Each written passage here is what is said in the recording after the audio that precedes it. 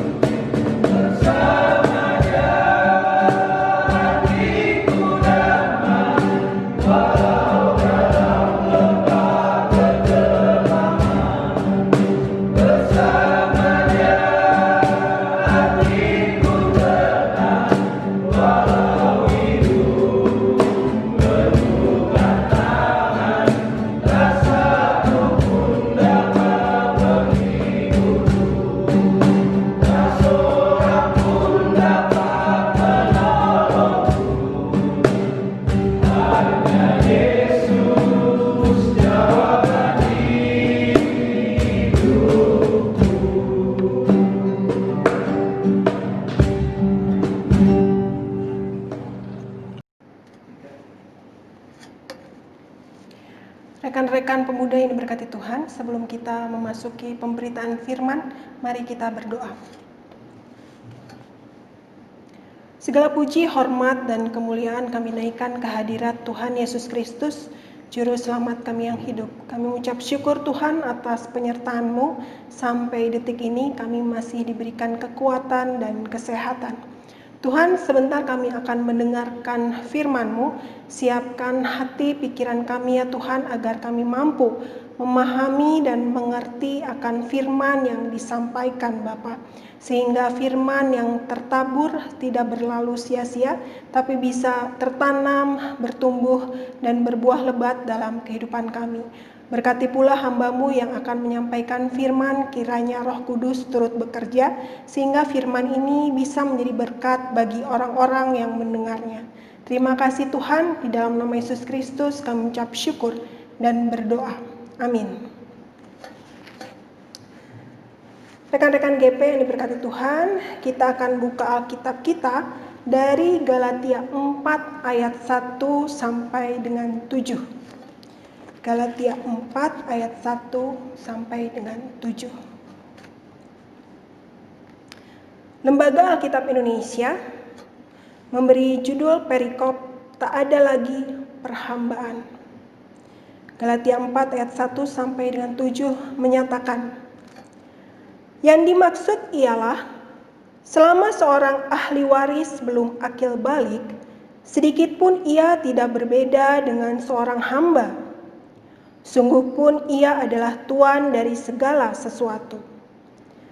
Tetapi ia berada di bawah perwalian dan pengawasan sampai pada saat yang telah ditentukan oleh Bapaknya.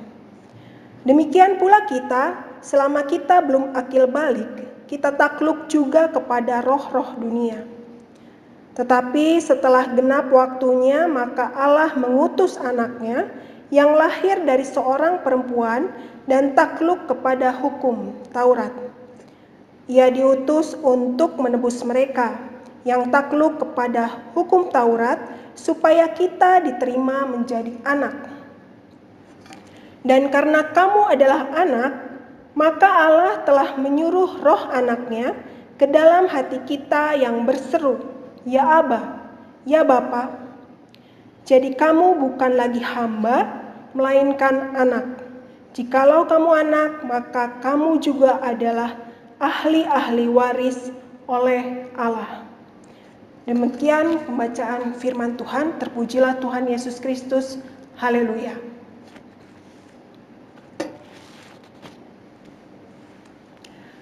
Shalom rekan-rekan pemuda dimanapun berada. Semoga semuanya tetap sehat, tetap semangat di masa pandemik ini. Sekarang kita telah memasuki awal bulan Juni dan memasuki periode new normal. Semoga Tuhan Yesus senantiasa menyertai teman-teman semua dimanapun berada. Di ibadah online kita kali ini, kita akan membahas dari Kitab Galatia 4 ayat 1 sampai dengan 7. Kitab Galatia ini merupakan surat dari Rasul Paulus untuk jemaat di Galatia. Galatia merupakan sebuah kota di Asia Kecil yang sekarang adalah daerah Turki.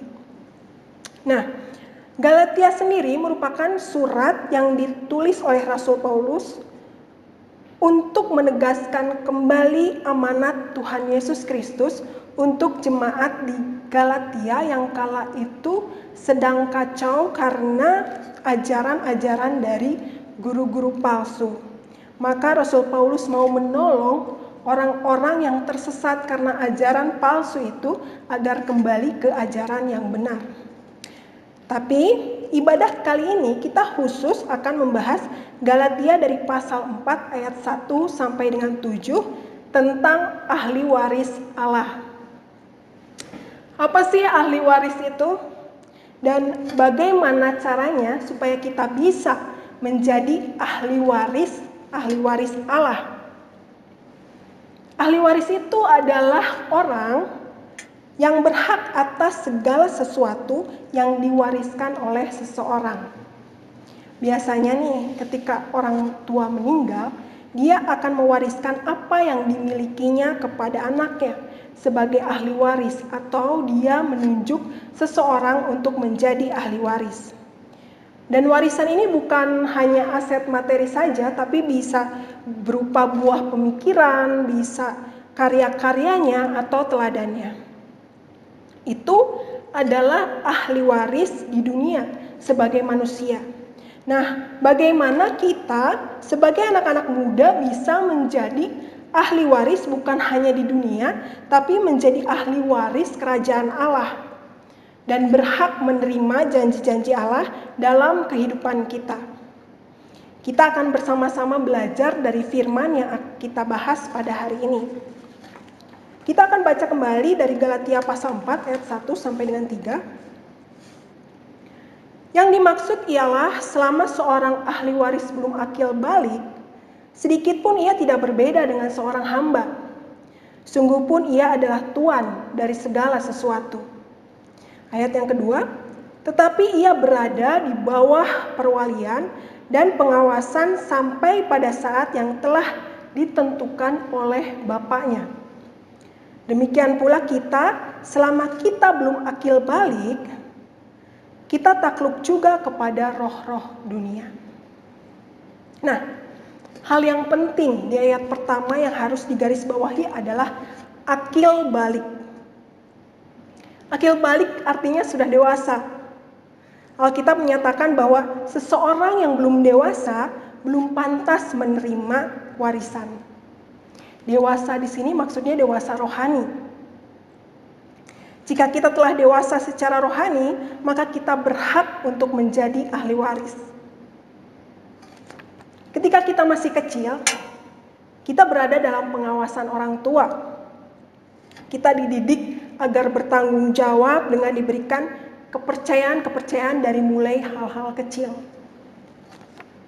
Waktu TK,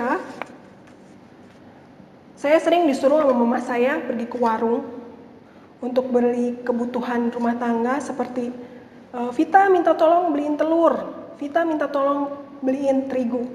Nah, beranjak dewasa, itu tugasnya untuk diminta tolong semakin jauh. Bukan sekadar warung di dekat rumah, tapi minta tolong ke pasar yang harus nyebrang jalan besar, harus jalan kaki lagi, harus naik sepeda. Dan seiring dengan pertambahan usia, orang tua itu memberikan kepercayaan yang lebih banyak, lebih besar. Dengan list belanjaan yang semakin banyak, jadi kepercayaan itu diajarkan dari sedikit demi sedikit sampai kepercayaan yang diberikan menjadi besar. Seorang anak kecil belum bisa diberi kepercayaan yang besar. Maka dia akan terus belajar untuk tumbuh dewasa agar dia bisa diberikan kepercayaan yang semakin besar. Dan itu sangat penting untuk kita agar bisa terus bertumbuh, terlebih untuk rohani kita.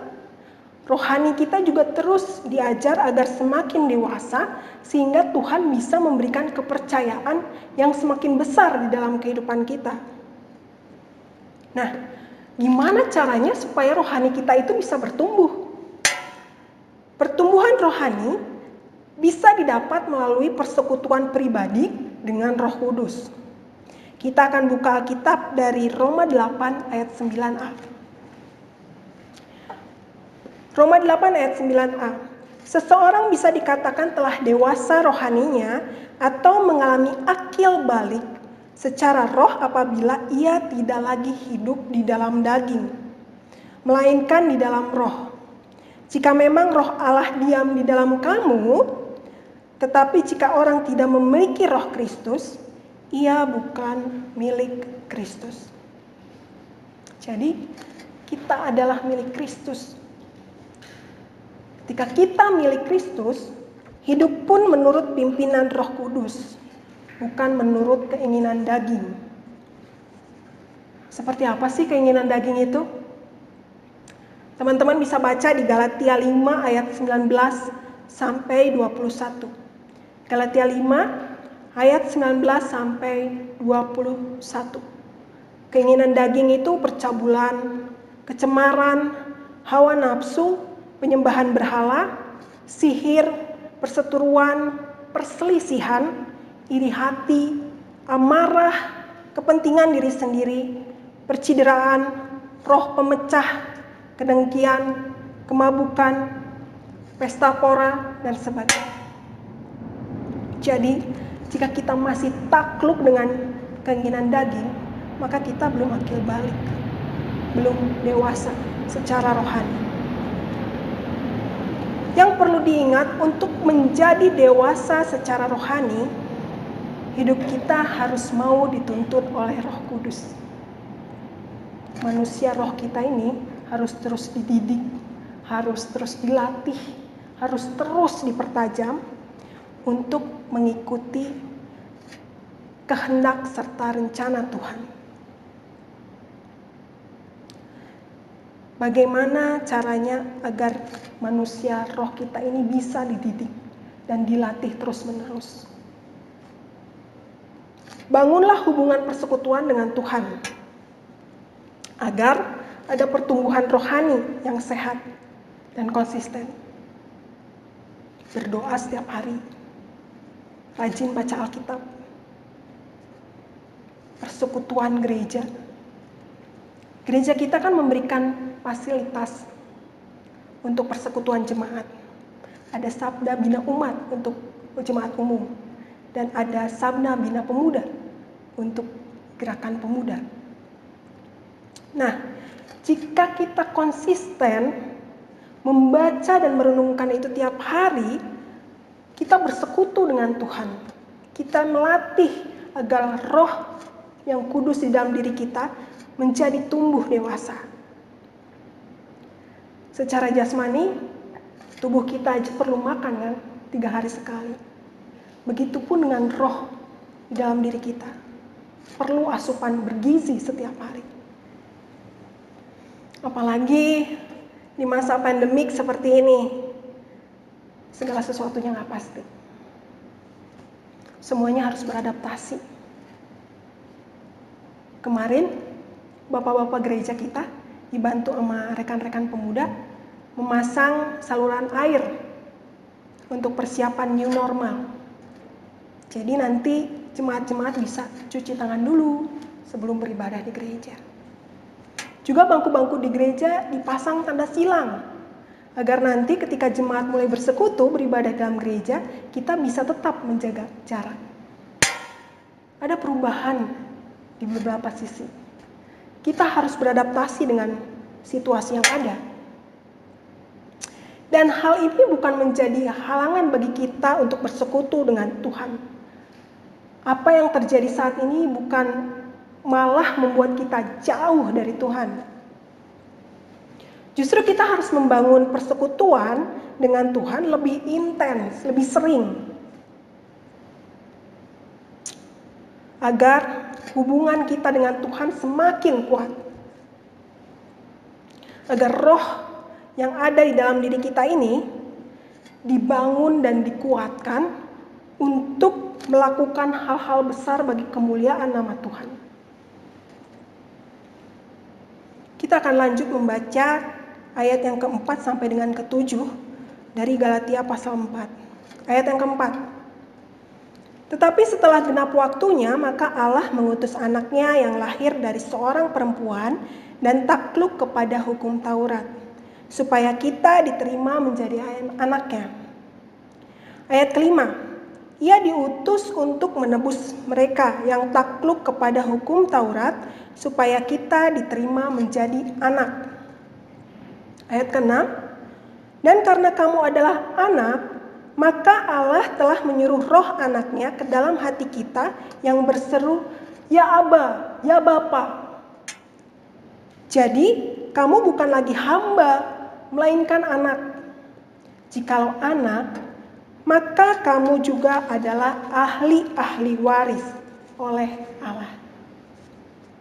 Jadi, Allah telah mengaruniakan anak yang tunggal untuk menebus dosa manusia agar kita ini menjadi milik Kristus. Agar kita ini menjadi anaknya. Jikalau kita menjadi anaknya, berarti kita bukan lagi hamba, tetapi kita sudah menjadi ahli waris Allah. Terus apa dong bedanya hamba sama anak? Kalau kita jadi hamba, akses kita itu terbatas. Kalau kita nih jadi karyawan, jadi pekerja, terus sekaya-kayanya majikan kita kan nggak bisa bebas pakai milik majikan kita. Kuasa kita itu terbatas. Terus kalau kita sebagai hamba, sebagai pekerja, kita melakukan kesalahan, kita kerja nggak benar, terus kita nggak mengerjakan semua tugas tanggung jawab kita bisa dipecat, kita bisa diberhentikan. Itu kalau status kita sebagai hamba. Beda dengan statusnya kalau sebagai anak. Ketika tadi sebagai hamba, akses kita terbatas. Tapi kalau kita sebagai anak, akses dan otoritas apa yang Bapak kita miliki, kita punya akses ke sana. Suatu hari kita akan menjadi ahli waris dan memiliki apa yang Bapak miliki. Kalau status kita nih sebagai anak, sebandel-bandelnya kita, kalau kita nakal, orang tua kita nggak mungkin mecat kita jadi anak. Orang tua kita nggak mungkin ngasih kita ke tetangga atau mengusir kita. Kalau itu status kita sebagai anak. Jadi, status anak ini menjadikan kita sebagai orang percaya menjadi sangat istimewa dan berharga. Kalau kita nih nonton konser musik, artis favorit atau band favorit, terus kita dapat tiket VIP. Pasti beda dong sama tiket yang biasa. Karena tiket VIP itu kita bisa dapat all access, lebih banyak akses. Seperti posisi nonton yang lebih leluasa, jarak pandang ke panggungnya juga lebih bagus. Kita bisa ke belakang panggung, bisa ketemu artisnya langsung, bisa foto bareng, bisa minta tanda tangan, bisa ngobrol sama artis favorit kita. Tentu kita merasa istimewa karena dapat akses seperti itu. Tapi dengan all access tadi, kita juga dituntut untuk kedewasaan dalam menggunakannya. Kita harus patuh sama peraturan yang diberikan panitia konsernya. Kita harus antri untuk ketemu artisnya. Kita harus sopan, tidak berbuat hal senonoh ketika ketemu artisnya. Nah, itu baru all access ketika ketemu artis. Gimana kalau kita dapat all access dengan Bapa di surga? Akses kita itu lebih. Kita sebagai anaknya dapat akses yang super istimewa dan sangat berharga. Sehingga tidak ada alasan bagi kita untuk tidak bersyukur. Untuk tetap fokus pada kehendak Allah. Jadi kita harus mengerti bahwa ada syarat, ada kedewasaan rohani yang harus dipenuhi sebagai seorang anak, sebagai seorang ahli waris. Ada syarat yang harus dilakukan, yaitu kedewasaan rohani tadi. Kita akan baca dari Galatia 2 ayat 20. Galatia 2 ayat 20 menyatakan, "Namun aku hidup, tetapi bukan aku sendiri yang hidup, melainkan Kristus yang hidup di dalam aku. Dan hidupku yang kuhidupi sekarang di dalam daging adalah hidup oleh iman dalam Anak Allah yang telah mengasihi aku dan menyerahkan dirinya untuk aku." Ketika kita dewasa secara rohani, hidup kita dipimpin oleh Roh Allah. Kita nggak bisa lagi egois, kita nggak bisa lagi mikirin hanya diri sendiri. Kita nggak bisa mikir lagi apa mau kita. Kita nggak bisa memaksakan kehendak kita yang harus terjadi di dalam kehidupan ini. Kita nggak bisa maksa kayak gitu lagi. Justru kita harus tanya sama Tuhan, Tuhan mau apa sih dalam kehidupan saya? Apa sih kehendak Tuhan untuk kehidupan saya? Kita nggak bisa fokus memikirkan diri kita sendiri, tapi kita harus libatkan Tuhan dalam setiap langkah kehidupan kita. Fokus hidup kita sekarang adalah Tuhan, bukan lagi diri sendiri. Ibaratnya nih sinar mercusuar yang akan membimbing kapal laut agar tidak karam, agar tidak membentur batu karang. Demikian juga Roh Kudus yang membimbing umat manusia agar terhindar dari maut. Kita kan nggak tahu batu karang apa yang akan kita hadapi di depan ini. Kita nggak tahu nih rintangan apa lagi yang akan terjadi di depan nanti. Tapi ketika kita biarkan sinar mercusuar itu, kita biarkan Roh Allah itu yang menuntun dan membimbing kita, agar kita terhindar dari segala macam permasalahan, agar kita terhindar dari maut. Itu adalah anugerah Tuhan, akses istimewa kita sebagai anak Tuhan. Yohanes 1 ayat 12 menyatakan, tetapi semua orang yang menerimanya diberinya kuasa supaya menjadi anak-anak Allah, yaitu mereka yang percaya dalam namanya. Sebagai anak Allah, kita diberikan kuasa, otoritas untuk menciptakan atmosfer yang dipercayakannya kemanapun kita pergi. Kita memiliki kuasa untuk menerima berkat, untuk mengerti maksud Tuhan, dan untuk menyadari tugas yang Tuhan berikan, agar kita mampu melaksanakan tugas tanggung jawab kita sebagai anak Allah. Tugas kita sebagai anak-anak Allah adalah kita bisa menunjukkan siapa Bapa yang kita wakili di bumi ini, agar kita bisa menjadi teladan sebagaimana Bapa mengasihi kita. Dan tugas kita itu ada di masing-masing setiap kita, ada di pundak kita. Terlepas apapun kita, seperti apa latar belakang kita, dan dalam posisi apa kita sekarang, tugas itu ada di masing-masing kita. Teman-teman pemuda mungkin kemarin ada yang ikut kegiatan Christmas Camp. Dalam kegiatan Christmas Camp tersebut, ada kakak-kakak layan yang bertugas menjadi panitia retreat. Dan ada rekan-rekan pemuda yang jadi peserta camp.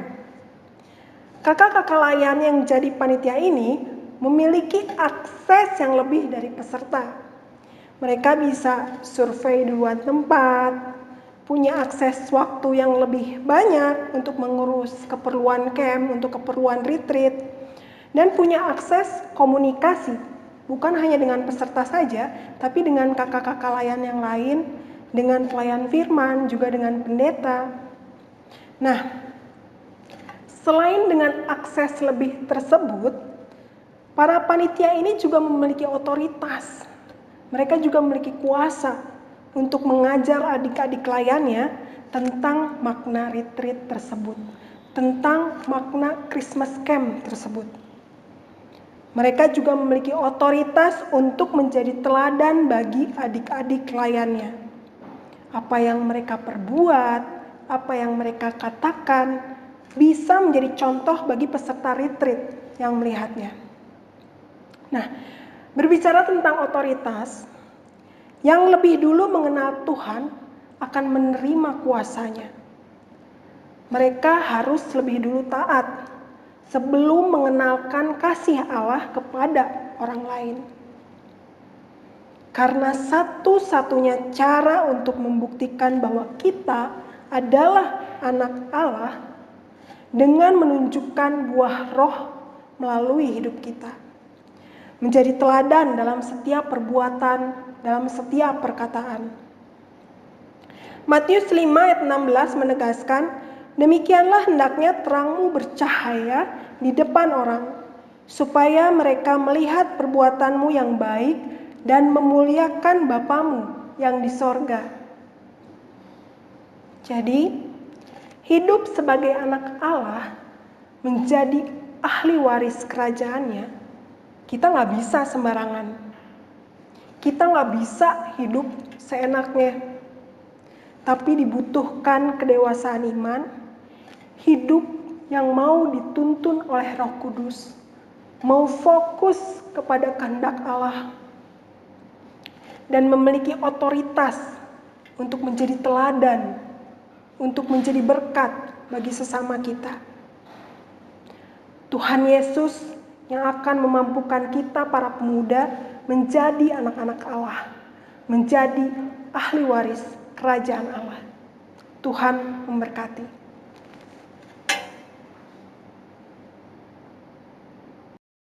Rekan-rekan pemuda yang diberkati Tuhan, mari kita menyatukan hati untuk menaikkan doa syafaat kita. Mari kita berdoa. Bapa yang bertahta dalam surga, kami ucap syukur ya Tuhan. Terima kasih untuk berkat firman yang telah kami dengar. Kali ini ya Tuhan, kiranya berkat-Mu dalam firman ini bisa menjadi sumber kekuatan kami ya Bapa. Mampukan kami anak-anak-Mu untuk menjadi ahli waris kerajaan Allah, untuk bisa menjadi anak Allah yang dewasa imannya.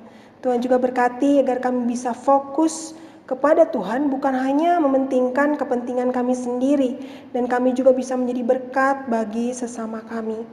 Tuhan, kiranya mampukan kami untuk menjalani setiap tugas tanggung jawab kami dengan baik. Tuhan juga berkati kami para pelayan gerakan pemuda ya Tuhan, dalam masa sekarang ini ya Tuhan, dengan adaptasi melalui ibadah online dan beragam hal lainnya Tuhan, kiranya Engkau yang selalu tuntun kami dari tingkat sinodal sampai regio, mupel hingga ke GPIB Tiberias. Tuhan kiranya selalu memberikan hikmat, bijaksana, akal budi pekerti, berikan selalu inovasi, kreativitas, semangat dalam masa ini, agar kami bisa terus beribadah, agar kami bisa terus memuji dan memuliakan nama-Mu dengan penuh semangat. Tuhan juga berkati para pelayan ya Tuhan, agar mereka juga bisa diberikan kesehatan, kekuatan dalam setiap pelayanan, agar bisa menjadi berkat yang mengharumkan nama-Mu ya Tuhan. Tuhan juga berkati agar pemerintahan ya Bapa, dari mulai pemerintahan negara dari tingkat teratas hingga terendah Tuhan, dalam menjalani proses pemerintahannya di masa situasi sekarang ini, kiranya Tuhan juga bantu ikut campur tangan agar kebijakan-kebijakan yang dikeluarkan dalam masa pandemik ini bisa menenangkan, bisa memberikan jalan keluar terbaik ya Bapa. Berkati juga agar kota kami juga di Sidoarjo ini ya Tuhan, agar kami juga dibantu dalam penanganannya, agar situasi ini juga bisa terkendali, agar penyebaran virusnya juga tidak menyebar luas ya Tuhan. Tuhan yang kira ikut menjaga dan melindungi ya Bapa. Tuhan berkati upaya pemulihan para pasien juga yang terjangkit virus ini Bapa. Engkau berkati proses perawatan agar mereka bisa dipulihkan. Tuhan jamah, Tuhan lawat mereka agar mereka juga bisa kembali sehat, kembali diberikan imun yang kuat dan bisa beraktivitas seperti sedia kala. Berkati para perawat agar mereka juga diberikan kekebalan tubuh yang baik, agar mereka bisa bekerja maksimal. Berkati setiap obat-obatan, setiap makanan, setiap hal yang perlu dilakukan untuk proses penanganan perawatannya. Tuhan yang akan cukupkan, Tuhan yang akan perbantukan ya Bapak. Terima kasih dan berkati juga kami sebagai anak-anak muda agar kami bisa mengkampanyekan hidup sehat, agar bisa menjaga tubuh kami tetap higienis, tetap bersih ya Tuhan, dan menjaga seluruh proses prosedur untuk menjaga kesehatan ya Tuhan. Tuhan bantu dimanapun kami berada, Tuhan jaga dan lindungi selalu.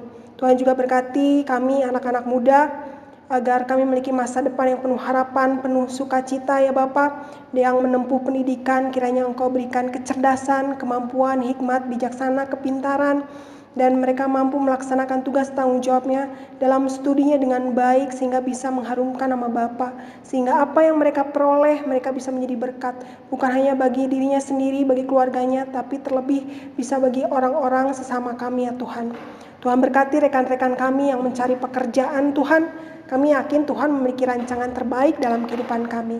Tuhan akan tetapkan pekerjaan yang tepat pada waktunya bagi kehidupan kami. Mampukan kami untuk mengembangkan talenta kami agar kami bisa dipakai dalam pekerjaan yang akan Engkau pilihkan dalam kehidupan kami. Tuhan juga berkati rekan-rekan kami yang sudah bekerja, berikan ketekunan agar mereka bisa menjadi berkat di ladang pekerjaannya, berikan kerajinan, berikan semangat, kreativitas, inovasi baru ya Tuhan, agar mereka terus dipakai lebih baik lagi untuk menjadi alat kemuliaan-Mu ya Bapa. Tuhan juga berkati rekan-rekan kami yang mengalami pergumulan, kiranya Engkau juga berikan jalan keluar agar mereka bisa melalui proses pergumulan ini ya Tuhan. Engkau yang kuatkan mereka, topang mereka ya Bapa. Tuhan juga berkati rekan-rekan kami ya Tuhan yang mungkin mulai undur, yang mulai suam-suam kuku. Ajari kami, mampukan kami untuk merangkul mereka agar mereka bisa semangat lagi beribadah, memuji, memuliakan nama-Mu dalam persekutuan yang indah. Tuhan juga berkati rekan-rekan kami yang mengalami anugerah pertambahan usia. Tuhan kiranya berikan sukacita dalam kehidupannya, damai sejahtera, berikan kesehatan, umur yang panjang Tuhan, dan kiranya dalam usia yang bertambah ini, kedewasaan imannya pun bertambah semakin kuat dan teguh. Tuhan, terima kasih, berkati juga gereja kami, GPIB Tiberias, dari mulai ketua majelis jemaat, penatua, diaken, pengurus pelkat, pegawai gereja, hingga koster dan jemaatnya. Lindungi kami dalam masa ini, berikan kekuatan, kesehatan, perlindungan, dan tetap berikan sukacita dan ungkapan rasa syukur atas setiap anugerah Tuhan. Karena kami yakin dan percaya Engkau tetap menyertai kami, berjalan bersama kami dalam situasi ini. Terima kasih Bapa, dengarlah doa kami ya Tuhan, yang dialaskan dalam nama Tuhan Yesus Kristus, yang telah mengajar kami berdoa. Bapa kami yang di sorga, dikuduskanlah nama-Mu, datanglah kerajaan-Mu, jadilah kehendak-Mu di bumi seperti di sorga. Berikanlah kami pada hari ini makanan kami yang secukupnya, dan ampunilah kami akan segala kesalahan kami seperti kami juga mengampuni orang yang bersalah kepada kami. Dan janganlah membawa kami ke dalam pencobaan, tetapi lepaskanlah kami daripada yang jahat. Karena Engkaulah yang punya kerajaan dan kuasa dan kemuliaan sampai selama-lamanya. Amin. Marilah kita memberikan persembahan kita sambil mengingat pesan Alkitab dalam Roma pasal 12 ayat 1. Karena itu, saudara-saudara, demi kemurahan Allah, aku menasihati kamu, supaya kamu mempersembahkan tubuhmu sebagai persembahan yang hidup, yang kudus, dan yang berkenan kepada Allah. Itu adalah ibadahmu yang sejati. Marilah kita menyanyikan, kita bakti 39, satu bukan karena upahnya.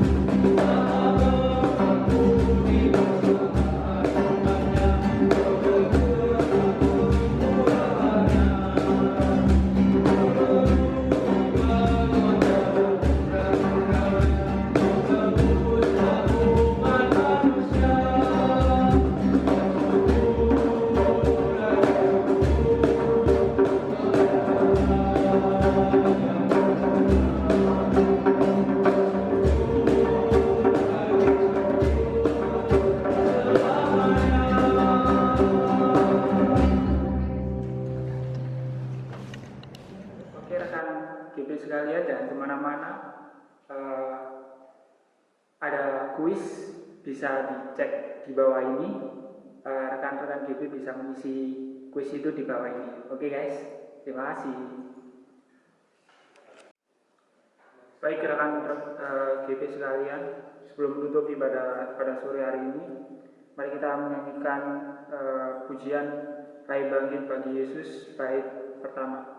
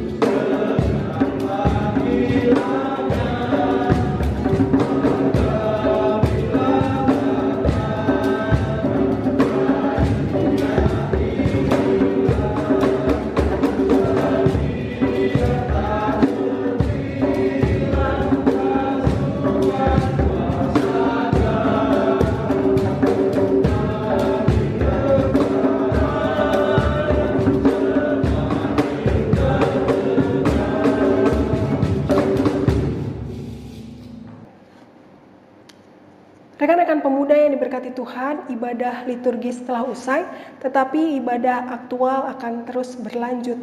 Sebelum kita akhiri ibadah ini, kita terima berkat Tuhan. Arahkanlah hati dan pikiranmu kepada Tuhan dan terimalah berkat. Tuhan memberkati engkau dan melindungi engkau. Tuhan menyinari engkau dengan wajah-Nya dan memberi engkau kasih karunia. Tuhan menghadapkan wajah-Nya kepadamu dan memberi engkau damai sejahtera.